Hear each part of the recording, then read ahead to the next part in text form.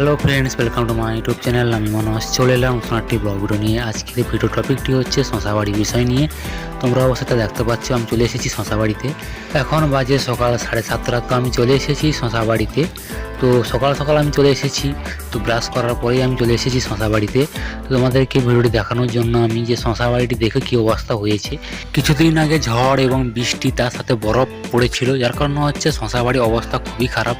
আর আমার জীবনে আমি কোনোদিন এইরকম ঝড় দেখিনি। তো এই প্রথমবার আমি এইরকম ঝড় দেখেছি। আমার বাড়িতে প্রায় 4টা থেকে 5টা গাছ ভেঙে দিয়েছে এবং তার সাথে আমাদের আশেপাশে যে এলাকার যে গাছগুলো ছিল এবং আমাদের পাড়া প্রতিবেশী যাদের গাছ ছিল তাদের খুবই খারাপ অবস্থা। অনেক লোকের অনেক কিছু হয়েছে এবং অনেক ক্ষতি হয়েছে। এই রকম ঝড় আমি আমার জীবনে প্রথমবার দেখেছি।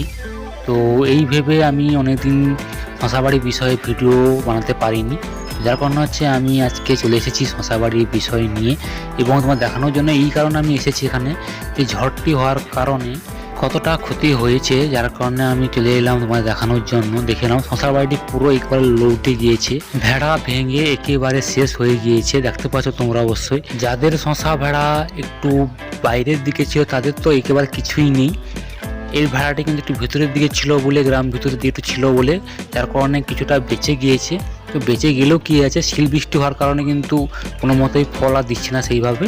তো আজকেই দেখছিলাম আমি প্রায় 10 থেকে 12 কিলো শশা বেরিয়েছে। তোমরা তো অবশ্যই বুঝতে পারছো কেমন শশা বেরোচ্ছে। তো এইভাবে কিন্তু শশা কিন্তু বেরোচ্ছে এখন কম বেশি লোকের এইভাবে। তার মধ্যে কিন্তু এর শশা বাড়ির ভিতরে কিন্তু ঝিঙা গাছ লাগানো আছে। তো ওইগুলো এখন বর্তমানে বেঁচে আছে। এখন দেখা যাক ওইগুলো এখন ফল দেয় কি দেয় না।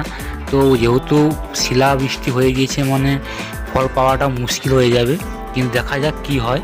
তো এখন বর্তমানে শশাবাড়ির অবস্থা কিন্তু এইরকম পুরো হয়ে গিয়েছে। তো দেখা যাক আর কতদিন শশা দেয়। তো 10-12 কিলো শশা দিলে এরকম যদি 1-2 সপ্তাহ যদি দেয় তবে খুবই ভালো হয়। তো এতে কিছুটা লাভ পাবে।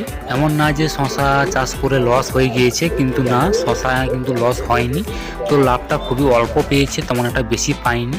ভিডিও আর বেশি লম্বা করছি না। আমার এই ছোট্ট একটি ভিডিও আপনাদের যদি ভালো লেগে থাকে অবশ্যই লাইক, কমেন্ট, শেয়ার করবেন, সাবস্ক্রাইবটা অবশ্যই করে যাবেন। নতুন একটি ইউটিউব চ্যানেল, তোমার সাপোর্টের খুবই প্রয়োজন। দেখা হচ্ছে পরবর্তী অন্য কোনো নতুন ভিডিওতে। পুরো ভিডিও দেখার জন্য সবাইকে অসংখ্য ধন্যবাদ। আপনারা ভালো থাকবেন, সুস্থ থাকবেন এবং পুরো ভিডিও ওয়াচ করবেন।